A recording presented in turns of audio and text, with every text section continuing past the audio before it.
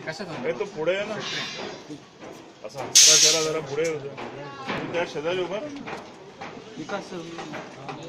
कशाबद्दल सांगायचं? Shattering centring याला MS बॉक्स म्हणतात. हा MS पॅन आहे. पूर्वी लाकडाचे मुंडे वगैरे वापरायचे, आता सगळीकडे ते अवॉइड करतात आणि हे वापरलं जातं. त्याच्याने बऱ्यापैकी तुमची लेवल चांगली असते, कमी मटेरियल लागतं आणि रिपिटेशन वापरता येतात बऱ्याच वेळेस. ऍडजस्टेबल असतो हा. त्याची स्टँडर्ड साईज असते 2.5 मीटर. हा म्हणजे हा 2.5 आणि 2.5 5 मीटर पर्यंत आपण तो करू शकतो ऍडजस्ट. हे 2 मीटरचे असतात, याला स्पॅन म्हणतात. आता पूर्वी कसं असायचं, अशा चाव्या वापरल्या जायच्या.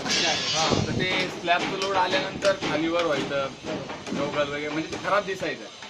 हे आता हे MS असल्यामुळे याला प्रॉपर सपोर्टिंग केल्यामुळे कितीही लोड आला तरी तो कॅरी करतो. तुमचा स्लॅब चांगला लेवलमध्ये असतो आणि चांगल्या प्रकारचं फिनिशिंग दिसतं. त्याच्यानंतर जे आहे बीमच्या साईड आहे, वरती अजून काही स्टील टाकलेलं नाही, आपण फक्त साईड मारून ठेवलेलं आहे. म्हणजे अगोदर आपण अशी बॉटम मारून साईड मारून ठेवतो, गाळा घालतो, नंतर वरतून स्टील पडतं. अजून तिकडे दिसून तिकडे समोर जे आहे ना, बीम्सच्या साईड मारलेल्या आहे. ते चेकिंग झाल्यानंतर आता त्याच्यावर इन्फोर्समेंट टाकण्यात येईल. हिशोबाने आपण 680 ची कटिंग देतो. आणि वरती बघा, वरती सेंटरिंग प्लेट्स लावलेल्या आहे.